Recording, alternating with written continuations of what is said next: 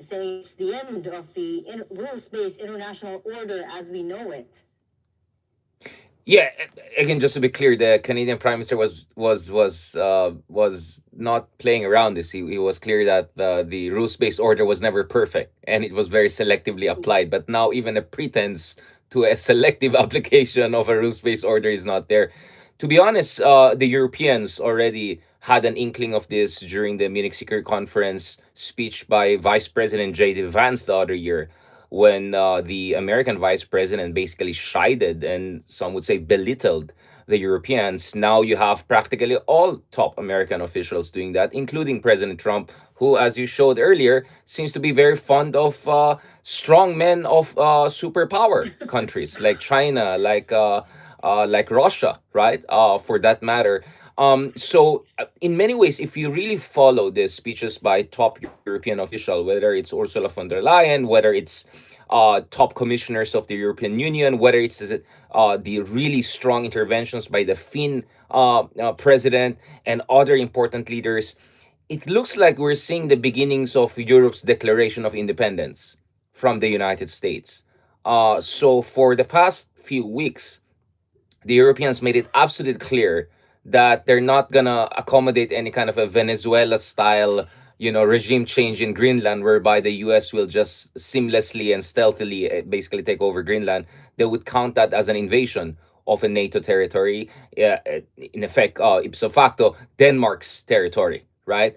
And the Greenland people, who I met also a few years ago, who also don't see themselves as part of Denmark. They're Inuit. They have different culture, different flag. You need separate permit to get into Greenland. They also don't want to be part of the United States. They love the welfare system that the Danes and all of the benefits they can get from the Danish form of market economy. So the Europeans made it very clear, if the US makes an aggressive move there, that will be the end of not only NATO, but potentially the whole transatlantic alliance that has defined the post-war period in past 7 decades. And you saw from the speeches of Carney in Canada, but also top leaders like French President Macron, that Europe is recognizing that the US is no longer the reliable ally they look up to, and that Europe has to stand on its own. So one of the most interesting discussions we saw in Davos the other year was one of the commissioners, the economy commissioners of EU, talking about Europe developing even its own financial system,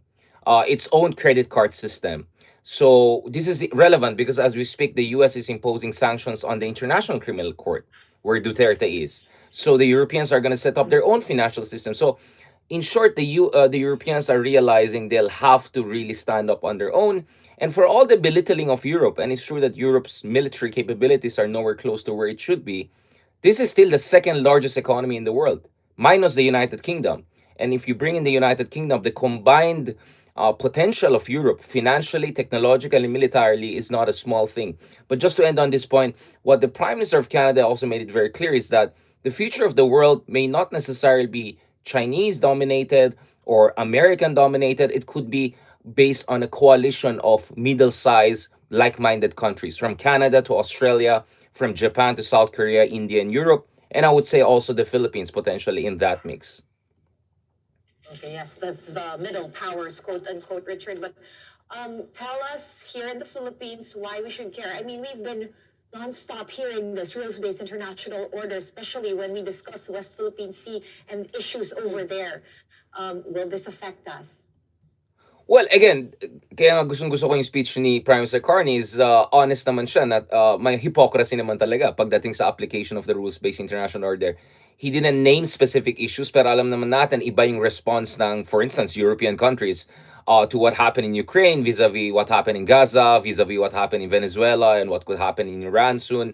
So we had even one European prime minister, the Greek prime minister, saying, "Oh, we can discuss the legalities of the Maduro operation later on." So clearly, that's hypocrisy. Absolutely, that's hypocrisy. And Carney very politely and suavely mentioned that. And Prime Minister Carney of Canada is very familiar with Europe. He studied here in Oxford. He was the central banker, basically treasury secretary here in the UK. He has Irish background. He understands Europe, and even Canadians are talking about joining Europe or joining the European Union perhaps down the road if things go crazy with the United States. So basically, the message here is that if we cannot rely on the US, it doesn't mean we're just going to be a prey to Russia, or it doesn't mean that China will dominate the world. No, if we put actually our resources together, we Europeans alone can be a global pole of power. And then if we work with others, and you saw also von der Leyen talking about India, talking about United Arab Emirates, talking about other major middle powers, then you can actually reshape the global order in ways that is more pluralistic and inclusive. Okay, but Richard, what role did NATO play and how crucial was the role in reining in the position of the US? And do smaller allies, do they really have the leverage to negotiate? Yeah, actually, I didn't answer. No. So, obviously, para sa Pilipinas, mahalaga itong issue ng rules-based international orders because whether itong issue yung United Nations Convention Law of the Sea, yung ating arbitration case laban sa China, or whether ito yung International Criminal Court at saka holding Duterte-era administrations accountable for EJ case, lahat ng mga issue na yan, umaasa tayo sa mga international courts, international law regimes, no? So, kung ikaw ay isang mas maliit na bansa at hindi ko maintindihan yung mga ibang MAGA Pinoy dyan na tuwan-tuwa dito sa macht politic ni Trump, power politics ni Trump, like, kung ikaw ay hindi superpower, and rule of jungle, basically, kung sinong superpower, what will stop China tomorrow from doing what Americans did to Maduro, from doing to a Filipino president they don't like? Now, obviously, US is way ahead of China militarily for now, but in 5 to 10 years from now, when China will be also a military superpower, not only economic superpower, what will stop them from saying, oh, if US can do that to Maduro or whoever else before, we can also do that to Taipei, to Manila, which is even more vulnerable, in my opinion, than Taipei. If ever we have a future president who's even more outspoken than BBM on the West Philippine Sea issues. So obviously, nasa interest po natin ang rules-based international order, but we alone, we cannot do it. We have to work with other mid-sized countries who have resources, who are also invested in rules-based international order, and Europeans literally host international bodies like ICJ, like ICC, like PCA, and so on and so forth. So, yun ang issue ngayon. So, I think in terms of principle, there's already recognition na tapos na yung Pax Americana as we know it. But the question right now is, okay, what are we going to build in its stead? And how are we going to move forward? And that's why this year, mahalaga yan, dahil tayong ASEAN chair, marami sa mga world leaders are going to come to Manila. Likely Trump and Xi Jinping will come to Manila, but also Macron, also top leaders from Europe, Ursula von der Leyen, among others. And there, I hope the Philippines opens this kind of serious discussion. You know, what's even interesting is that if you talk to some of the top officials in the Trump administration, they'll also tell you, yeah, you guys have to pick up the tabs, right? That we're sick and tired of being the world police. Yeah, so I wanted to ask you, related to that, should we adjust our foreign policy to accommodate this new world order? Or maybe the better question to ask would be, are we recalibrating fast enough? Because if it's true that we've entered the might is right era, then do you get the sense that the administration is shifting gears fast enough? Oh, I think we already preempted this, diba? Just look at our current foreign secretary, Lazaro, who's known as being very adept in dealing with China. She was very much in charge of the China dossier when we had all of those problems in the West Philippine Sea. If you look at the language of President Marcos on Taiwan issues and South China Sea issue, he keeps on talking about diplomacy and conciliation. He reached out to President Xi Jinping last year on the sidelines of APEC personally to invite President Xi Jinping to the Philippines and vice versa, Philippines to the APEC summit in China. So as we speak, yes, I think our elites, our political elites, policymakers, and strategists are aware may limitasyon talaga yung reliability ng United States. But that doesn't mean we're going to dump our alliance with the US. No. US is still valuable to the Philippines. We still need the US to balance against the worst instincts of China. But it also means we have to work double time with other mid-sized countries like Japan, like Europe, among others, who also realize, like us, that you don't want to be under China's influence, but you cannot also fully rely on America. So I think here there's an opportunity for us to make that move. At sana yung mga presidential balls na nag-iisip na mag-succeed kay BBM as early as now already put their foreign policy teams together and really calibrate what we should do.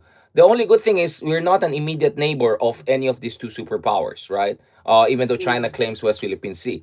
But having said that, we have to seriously consider a possibility of a US that is much more inert and a China which is much more aggressive, or at least similar to what the US has been doing to the rest of the world in the past half a decade. Right, right. He's hoping the people that matter are listening. But we're gonna have to leave that there. Thank you so much for your insights today, and stay warm over there. Richard Haydarian, geopolitical analyst. Right, and before we go tonight, well, Filipinos. Salamat guys. Wait lang I wanted to actually do a proper discussion. Kaso nagsabay-sabay ito.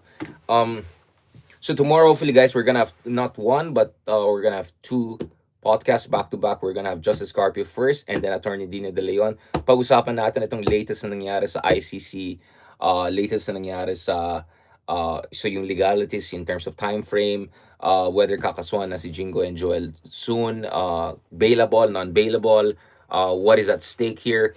Pag-usapan din natin very soon, ano ba nangyari in terms of unity among opposition forces or United Front or whatever is important there. And of course, balikan din natin itong issue ng internationalism with Justice Carpio, di ba? At bakit mahalaga sa atin ang rules-based international order. But and in a way, baka maganda pa nga para sa akin, na we double down dun sa ating alliance and cooperation with other mid-sized countries.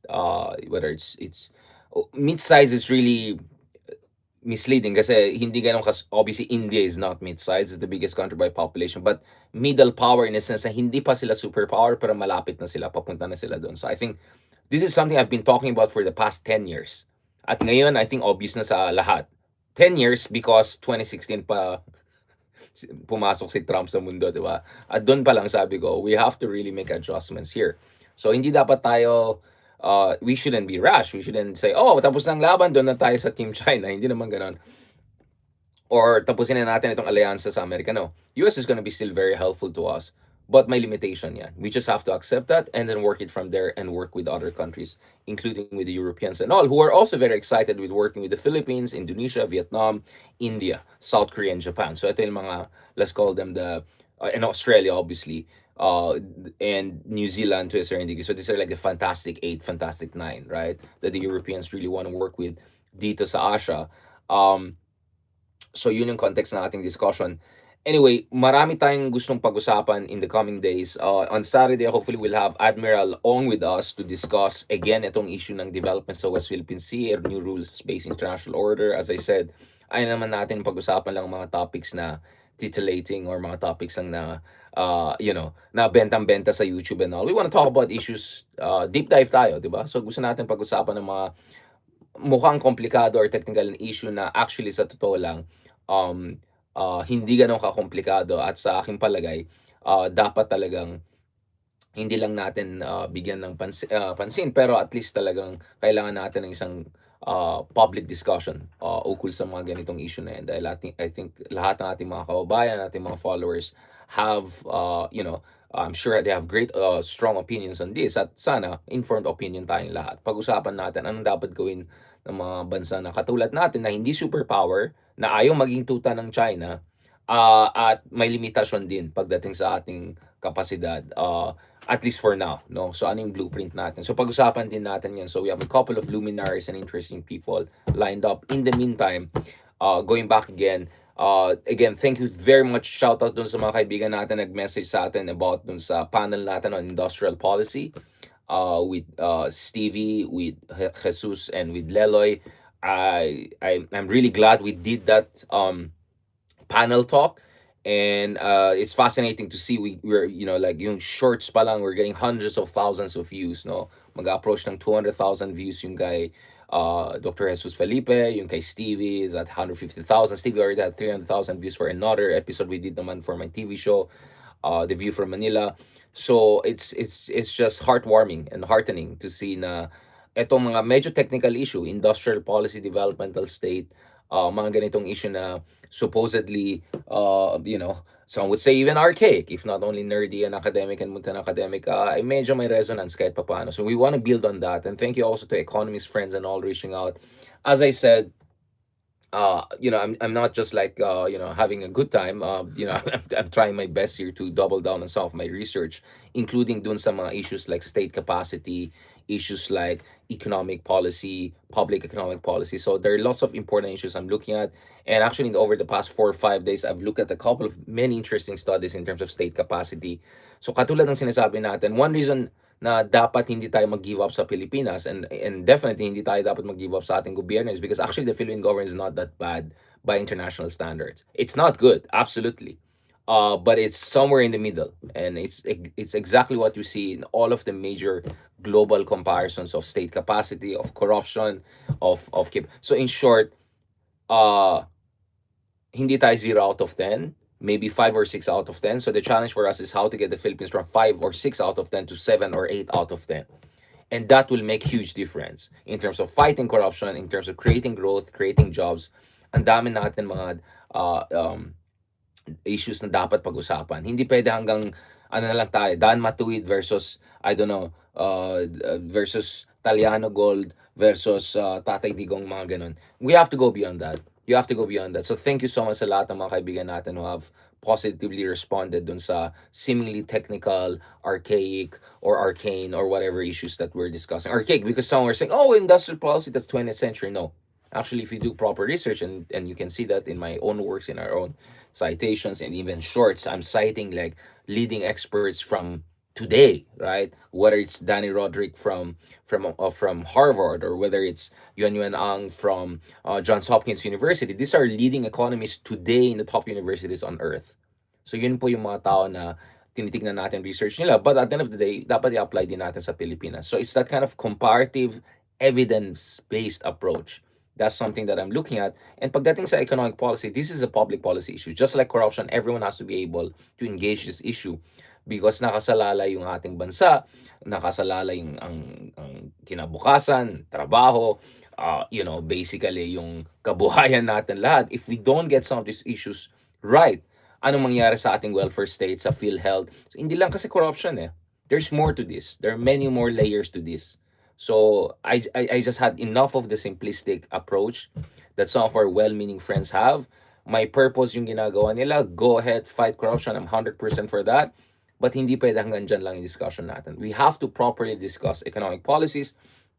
So with all due respect sa mga ibang kaibigan natin, no, it's not just corruption. It's also bad economic policies. At yun ang kailangan natin pag-usapan, or actually lack of good economic policies, or there were good economic policies na hindi nag-evolve to the needs of the time.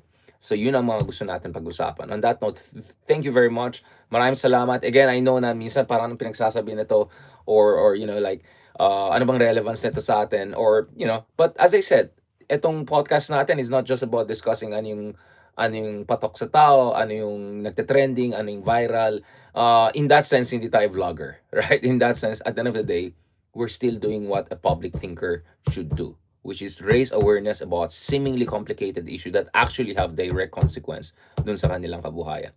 On that note, thank you very much. Maraming salamat, and talk to you soon.